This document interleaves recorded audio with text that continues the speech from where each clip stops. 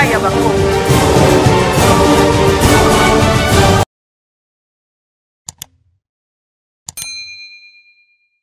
Grande notre joie à Koyeba Kibuza et Belé Oyobo, si vous copiez sa confiance, na Congo à venir, télévision, ba Ndeko Balandi. Merci. Naboye na masolo na biso oyo to simbaka un peu ba poignoso sur l'actualité qui se passe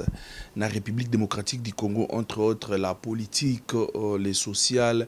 les développements, la culture, les sports, donc la religion, tout. Donc oyo il est kaka na mboka na biso Congo à venir toyaka ensemble na équipe mobimba oyo à chaque fois que ce qui actualité zali toyaka presque chaque jour banda 2025 oyo et bandit aussi vraiment ko zongela masolo na biso entre biso na bino de to pesimino merci mingi na ndengi boza ebele boza kolanda biso chef de l'état à Salah qui visite il y a quelques heures, visite de travail, il y a quelques heures na Doha, kuna na Qatar, oyo akutana ki na homologue na le président il y a Qatar. Après quelques heures, le chef de l'État nous a surpris à Silaki Kozonga awa na pays et milulu ya makasi sela ikosala bana commandement ya état-major général ya FRDC na biso na kati ya masolo tokolobela yango et tokolobela lisusu le grand retour politique ya Joseph Kabila et ningisi moi toile moké ningisi moi actualité moké tokolobela yango donc presque ces deux points là oyo tokofandela lelo na masolo na biso ya Congo à venir bande ko numéro na biso contact eza wana affiché sur le banc de l'écran boyeba na kokomela biso ba gestion na bino eza tokoyamba yango à bras ouverts ba remarque na bino pour que toyeba na ko ongisa musala et en plus toza na besoin ya soutien na bino toza na besoin de collaboration na biso donc toza wana Congo venir télévision azali wana 24 heures sur 24 disponible pour na ko travailler na ba oyo nyoso bazana besoin ya ko contacter biso donc vous êtes la bienvenue. Bandeko Nalobaki Yango, le président de la République, après visite naïe, il y a quelques heures, même pas 24 heures, donc il y a quelques heures, na Doha, kuna na Qatar, le président de la République avait atterri tôt le matin, il y a dimanche 5 janvier, na Qatar, après avoir kokuta un homologue naïe, il y a koutana ministre, il y a défense, il y a Qatar. Oyo masolo basolaki e ibana kité et loko nande esela iko ningisa pourquoi parce que nde esili ko lobisa batuna toile comment est-ce que le chef de l'état visite toi accueilli et lobisi donc etiki batuka na qu'est-ce que c'est mingi ba kaka ke non ndenge ba kongomani ndenge ba congolais to mesana koloba même si na likambo yo to yebina mutuna makolote ndenge to mesana koloba le chef de l'état ko umela le chef de l'état zo fandate et il nous a surpris lundi 6 janvier, na camp colonel Kokolo, to yebiango ba ordonnance le chef de l'état otaki ko simba vraiment na commandement ya FRDC a salaki ba permettation salaki ba nomination a longola ki pe ba tout mususu misusu pe ba kotaki e lundi le 6 janvier ezalaki passation ya pouvoir entre le chef d'état-major général sortant Christian Chiwewe oyo asali presque 2 ans banda bachaki na esika wana musala asali monani malgré que façon autozela qui ndenge asalela et salamité et le chef de l'état en tant que voyant a moni déjà de loin asali pas asili ko permettre asili ko longole esika wana aye kocha muto mususu donc le général Gilles Banza Milambwe oyo asili na kokita na général chef d'état-major oyo comme chef d'état-major asili kokita na ndenge to bande kolobana général Christian Chiwewe donc cérémonie à passation ya commandement et salamaki kitoko donc le général Banza asili ko ba fonction et aussi la ki koyoka na moi bref message oyo ndeko na ye Christian Chiwewe asile ko ebisa ye asili ko ya na période oyo ezaki eza un peu vraiment compliqué parce que période oyo bitumba eza vraiment makasi na mboka na biso et akusenga ete acha vraiment mayele na ye nyoso na volonté pour que ayeba na kolonga ba défi eza ko se présenter devant ye, parce que beaucoup d'entre eux ba congolais belé ba tout mingi surtout ba ennemi ya république oyo ba ki connaît tout ba nyosologue o non ba uti susu kolokotela ye wapi ah bon soki boyebaki général Jules Banza te botika tout la kisabino to sabino naniete oyo aza général Jules Banza. 55 ans révolus, le nouveau chef d'état-major général des forces armées de la République, le lieutenant-général Jules Banza, a pris officiellement ses fonctions ce lundi 6 janvier 2025. C'était à l'issue d'une brève cérémonie de remise-reprise organisée au quartier général des FARDC au camp Kokolo de Kinshasa. À cette occasion, le chef d'état-major général sortant, le général d'armée Christian Chiwewe, a donné quelques explications sur l'organisation et le fonctionnement de l'état-major général des FARDC. Quel est le parcours du nouveau chef d'état-major? Le lieutenant-général Jules Banza Mouilambwe est un haut gradé chevronné des FARDC dont l'expérience et la carrière sont exemplaires dans les domaines des opérations et de renseignement. Il a gravi plusieurs échelons. Avant cette promotion, il a occupé le poste de chef adjoint de la maison militaire du président de la République, Félix Antoine Tshisekedi, un rôle stratégique lié aux opérations et renseignements militaires. Il a également été commandant adjoint de la garde républicaine, une unité d'élite chargée de protéger les institutions et le chef de l'État.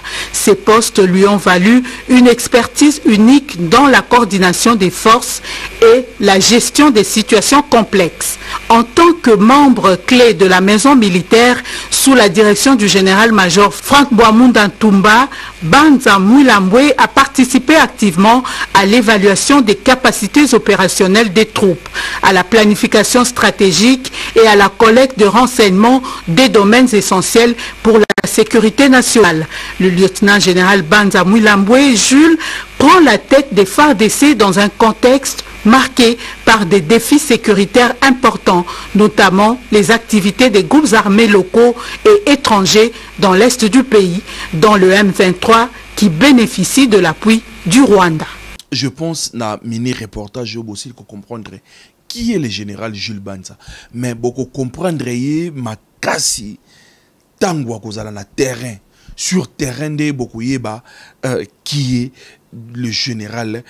Jules Banza, donc le nouveau chef d'état-major général des FARDC. Donc yewanande mtu asili kozwa bâton de commande na mukolo oyozalaki le 6 janvier na camp colonel Tchachi devant le commandant suprême de FARDC, le président Félix Antoine Tshisekedi Tshilombo. Donc cérémonie wana nde bomonaki ezalaki bouclé na défilé ya kafu bomoni comment est-ce que ba élément na biso ba FARDC bazalaki ba batalisaki ba munitions bazalaki nango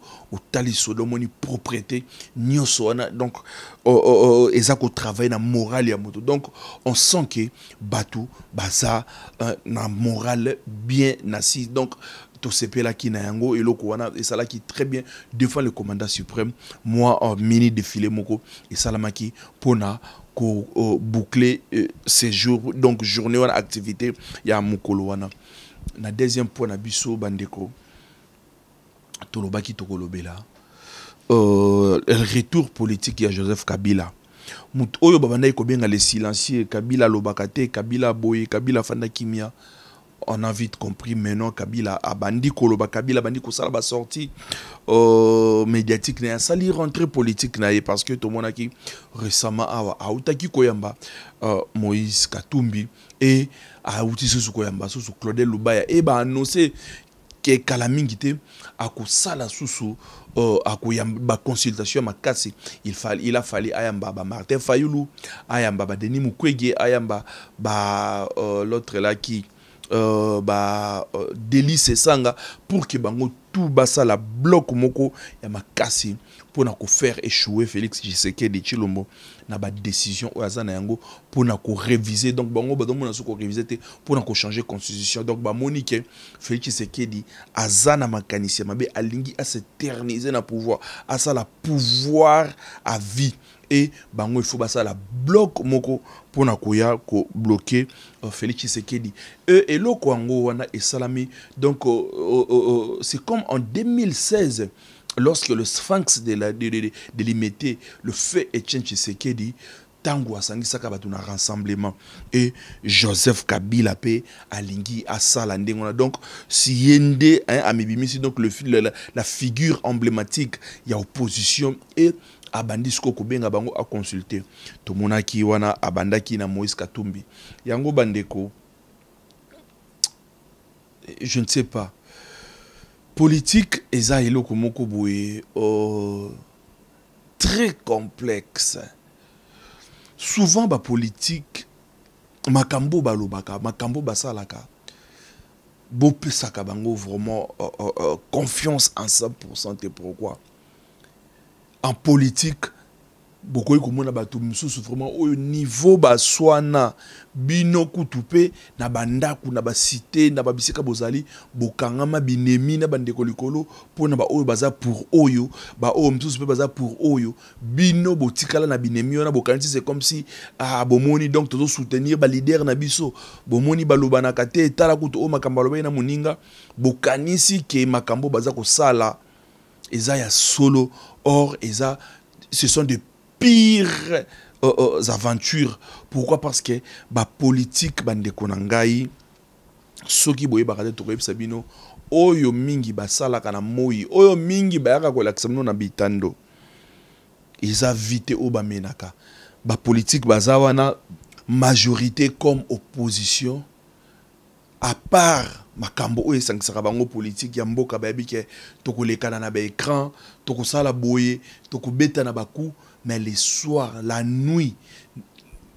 tangu biso tozo tambola tangu ngana yo to sevakela msuna mo ba course meke bango ba air wana basaya nini balali ba rozela air bino bolali nde bango na butu baza kokutana et boye bayango ndeza boye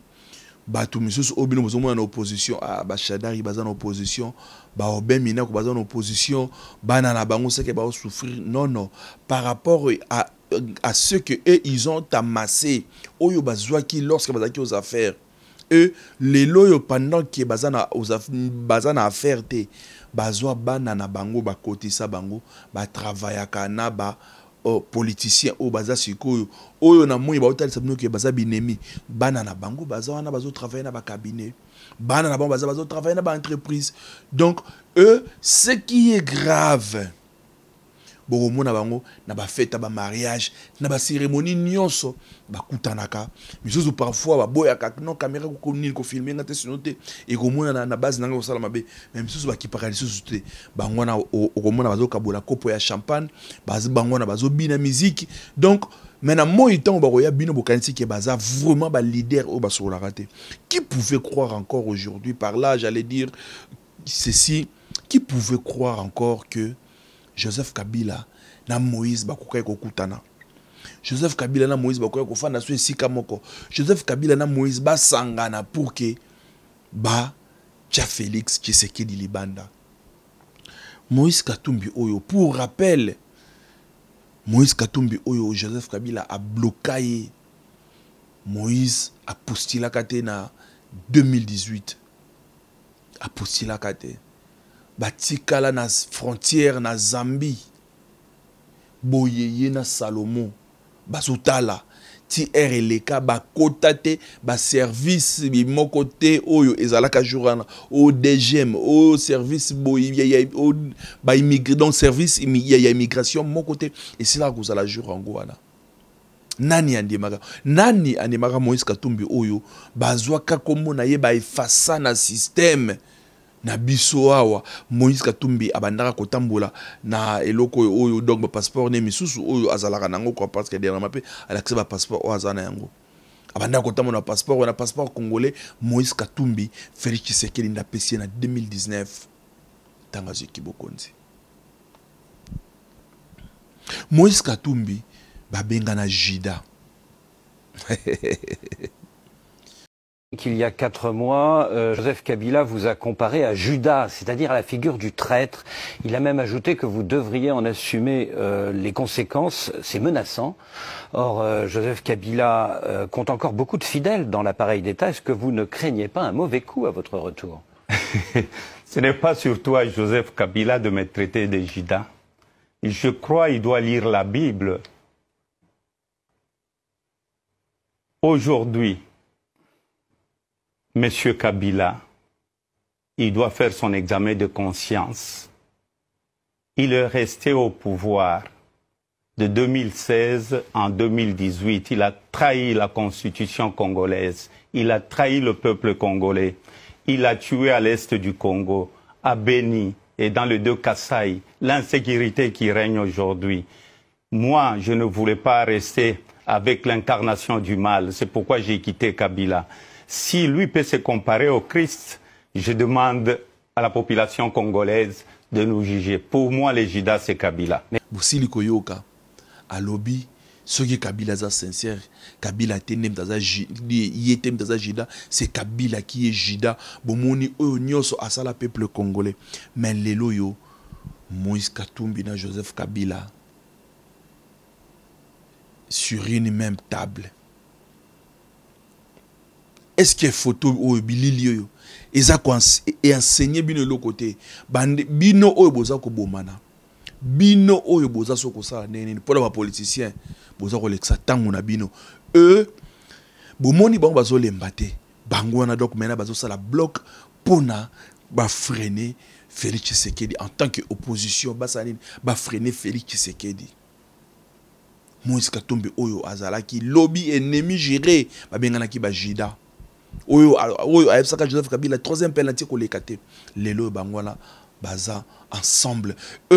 ba annoncer que na mois prochain donc je crois na mois otozali oyo ya janvier oyo Martin Fayulu pays il faut kende boyebi nini oyo ndenge lobama donc ba politicien il faut qu'on comprenne qu'il y aura pas des anges oyo ba ko kita ba ya ba travail kaka ba politicien oyo lelo yo bazalaki pa Kabila ba comme pas Félix Tshisekedi lelo oyo lelo baza ko compliqué Félix Tshisekedi lelo ba compliqué Kabila lelo bazo compliqué Félix Tshisekedi lobby lorsque Félix Tshisekedi a rozana mandaté bango nde lisusu ba kokene lisusu ba kangama na mutu oyo akokoma wana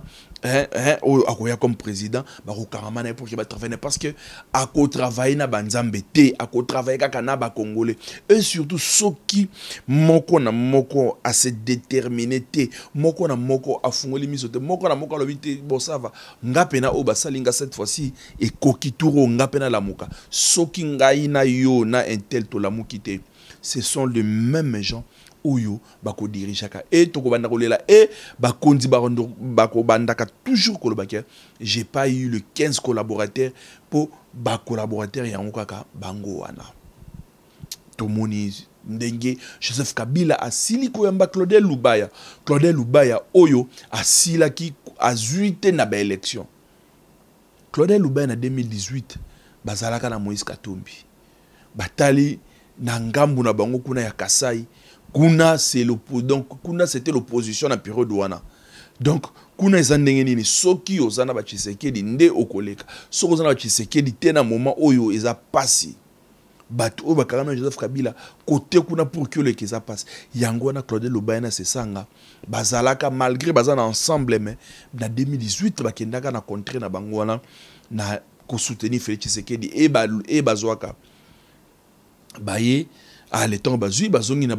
kana ba Moïse Katumbi lelo yo na 2023 c'est donc bazuité tant bazuité awa ndomoni ba discours échangé parce que ba politicien mboka na biso kela nyonso o batanga misala nyonso o bayebi ba sala yango lisusu ta par politique parce que politique ezai loko oyo ya moto moko Ozomona lamba donc buka lelo lamba lelo lia lelo sur le côté politique même si tu étais pauvre le quoi bachi bala dans notre travail te oromona yo wana comme millionnaire députika na yo makambango mais okoma stable donc c'est seulement awa na Congo des yango nozomona que donc ces gens là baza kokokate et batu bazondi ba signer ba accord même na diable pour que baluka bazonga aux affaires Claudel Lubaya opposants qui bakutana Joseph Kabila. Donc il faut ça la bloc pour qu'il va bloquer Félix Tshisekedi. Et de côté ça le messier ici Eric Kouba, si c'est Eric Koubou, si c'est Eric Kouba a raison. Membre influent bras droit il y a Corneille Nanga oyo bakangaka na Zambie et non na Tanzanie au Tanzanie ils ont c'est la par rapport à relation au bamboke za kanango Tanzanie ils ont c'est la rabiso ye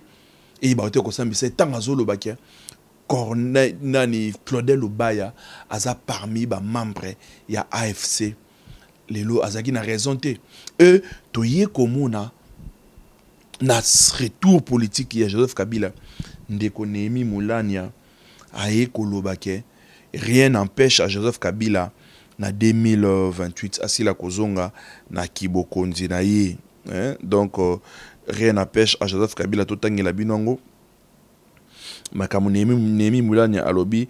rien n'interdit au président Joseph Kabila de reprendre son fauteuil à la présidence de la République. Et si seulement si le président Joseph Kabila a zongeli fauteuil nae, beaucoup mona ke ba Corneille Nanga bako stika bitumba na Corneille Nanga akoya pour ke basa nini bakota na kati ya ma solo et bon mona guerre osa nini ekosila yango wana. N'est-ce pas que le président Félix Tshisekedi avait raison lorsqu'il a déclaré que le patron des AFC, Oyo, que le patron de Joseph Kabila, parce que Bandeko, ce qui t'a évité, et t'a bien ou bien parfois par ignorance, to bossa na kato sala rassemblée, les chefs de l'État et les Congolais le mieux informés parmi nous tous. Kasusu nini oyo alobaka est-ce que azalaka na raison te makambu oyo tango alobaki yango ba déclaration obo Gisèle Kabuya tango basalaki lelo na makambu to bandi komona moi approche exacto. Dernièrement j'ai reçu pour l'anecdote les évêques de la Cinco le jour où ils ont élu leur nouveau président, leur nouveau bureau. Et dans nos discussions, je ne vais pas les dévoiler ici, mais il y a eu une demande allant dans ce sens. Mais ma réponse était claire. J'ai dit, mais seigneurs, je suis à votre disposition. Je ne demande que ça. Mais dites-moi, comment vais-je m'y prendre? J'ai pris l'exemple que de trois opposants. J'ai commencé par Martin Fayoulou, je dis, mais il n'a jamais reconnu les résultats des dernières élections. Comment est-ce qu'il acceptera ma main tendue? Moïse Katumbi était prêt à faire la même chose, ou il avait même fait la même chose, mais grâce, évidemment, à la pression des siens, il a accepté qu'il rentre dans les institutions, mais lui reste borderline. Joseph Kabila, n'en parlons pas. Lui, il a carrément boycotté les élections et prépare une insurrection, parce que l'AFC, c'est lui. Donc, Binomoko Bosili, Tala Oneni, chef de l'État Félix, lorsque un président déclare quelque chose de sa bouche, à 90%, faut dire maka. Pour chef de l'État, service, il y a l'olenge na l'olenge. Il est informé à chaque seconde sur la situation de la République. Donc, ce qui chef de l'État, le bien local, il faut to comprendre que non chef de l'État titan le beloko yo eza ba blague te c'est que aibi makambo yo aza koloba malamu to moni na sima wana donc bande ko ngai toile et donc toile eza ko inda ba déclaration to moni Félix Kabange Numbi un ancien kabiliste asili ko déclarer que non ndeza boye pona bango bakatange il faut katange kakande azala siko ba ozoma ba discours est-ce que ba discours oyo est vraiment normal pona bango bakatange il faut un katange nde azala na tête ya mboka azwa kibokonzi donc yangona Joseph Kabila il faut zongela pouvoir na ye. Pourquoi? Parce que un katange soki azana na tête ya pouvoir ba discours n'est pas un problème te un politicien bango comme bazana cas adverse bakotika la ko betela bato bazana cas mosusu maboko te qui no bala no discours et c'est pas du tout bino pe fo bazana makasi lorsque mon bala discours na bango boy bino pe bozongi ici songolo pakala mais et loko oyo ba message oyo bazobimisa na se wana yango nde esalaka parfois et dérangeaka makasi. Donc un Katange soki aza na pouvoir bokomona ndenge nini mboki kozala, bokomona ndenge nini este ekosalama. Eloko tozo rappeler que guerre wana il y a de cela, donc c'est plus de 20 ans. Plus de 20 ans guerre oya est ezali. Donc ma banda guerre wana ezalaki depuis Katange azalaki na pouvoir et guerre wana salini ezalaki ba discours oyo wana enga nazoka moi soki parmi tous les Katange oyo aleki ba Katange nyonso soki ezaka Joseph Kabila nga nazoka moi. Je ne suis pas contre Congo veli toza contre te pour na retour ya Joseph Kabila pour na nyonso oyo famille politique ne ekosala, mais c'est que oyo biso tozalaka nango d'accord te na Congo veli c'est quoi? Parmi bakalaka nyonso wana, parmi batu nyonso ya mayele oyo baza entouré pembeni ya Joseph Kabila, oyo baza ndinga Joseph Kabila. Donc parmi batu nyonso wana ezata na mutu moko te oyo azape mayele oyo bakoki pe kotombola batomboliye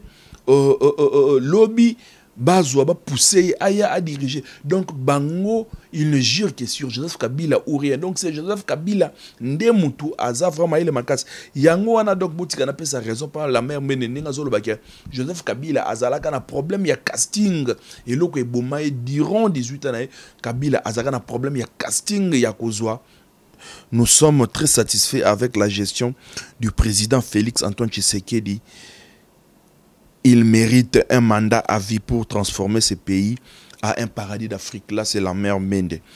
Les problèmes de Joseph Kabila étaient au niveau du casting. Il avait fait un mauvais choix de candidat nommé Chadari. Aujourd'hui, le pays va tout droit vers un grand développement durable. Le président Tshisekedi reste et restera au pouvoir selon la volonté populaire. Il a fait cette déclaration dans l'interview accordé à l'occasion d'une journée des martyrs célébrée le 4 janvier 2025. Là, c'est la parole de la mère Mende, la déclaration de la mère Mende que Kabila Luke Boma qui est là qui choisit. Mais Félix Tshisekedi a un problème, il faut bâtir cahier à accomplir mandat oyo nzambe apesa ki pour na ko mema pays oyo esikani ni fallait amema yango bozomona. Donc commerce ke makamonda donc bakana bakan eza un peu moins ndingona, mais eza na congolais moko boye asili kolobango. Donc toka moité soki lobby après avoir Félix Tshisekedi kosi ça va mandat na ye bato nyonso bakimaye misusu bazalaki pa Kabila lelo baye pa Félix Tshisekedi tango tokokoma na 2027 mingi pe bakolakisa ba position na bango déjà neti ba misusu awa moko asili ko déclarer awa Manix que non, Kabila, il a appris en dehors de la fonction. Il a compris ses erreurs quand il était dans la fonction. Il a vu les erreurs des autres en pleine fonction. Il connaît les gens qui ne l'ont pas aidé à bien assumer ses fonctions. Il sait avec qui travailler dans ses fonctions. Il est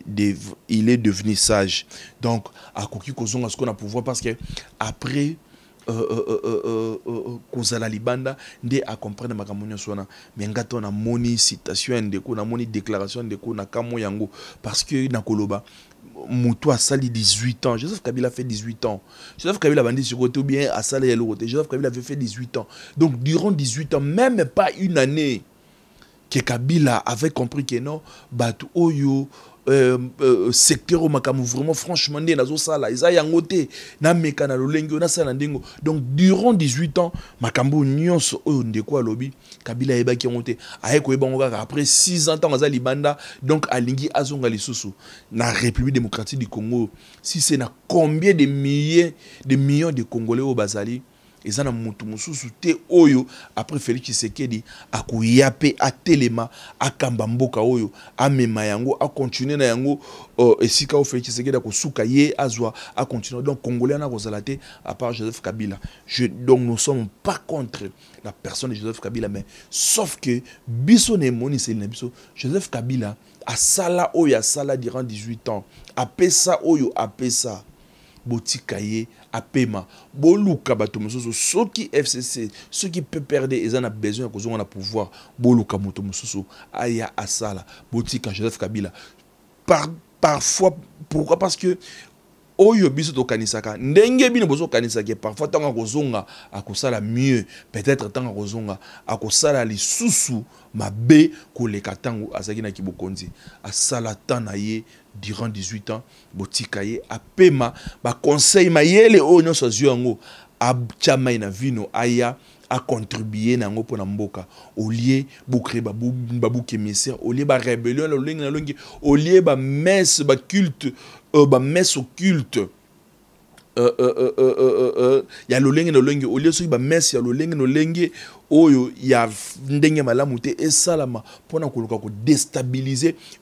bato oyo mingi bazalaki élité bato mingi baza aux affaires te bato ba komi essoufflé balingi bazonga pona ba bien na bango pona bolamu na bango et au détriment ya ba congolais nyonso. Donc moi je pense que eza faux calcul bokosala eza fausse affaire oyo bokosala nini bokosala. Donc par rapport ya ba élément nyonso toche aussi ko comprendre yango Joseph Kabila, Moïse Katumbi, Oyo Jida, Oya Bengi Moninga Jida, Oya Bengi Moninga Jida. Claudel Lubaya, Eric Kuba a déclaré qu'il y a un membre Oyo Bazalaki, Bertin Bissu, mon Nanga, jour bah ça la lancement, Bertin Bissu, ma famille, M23, Nanga, mon compte FC,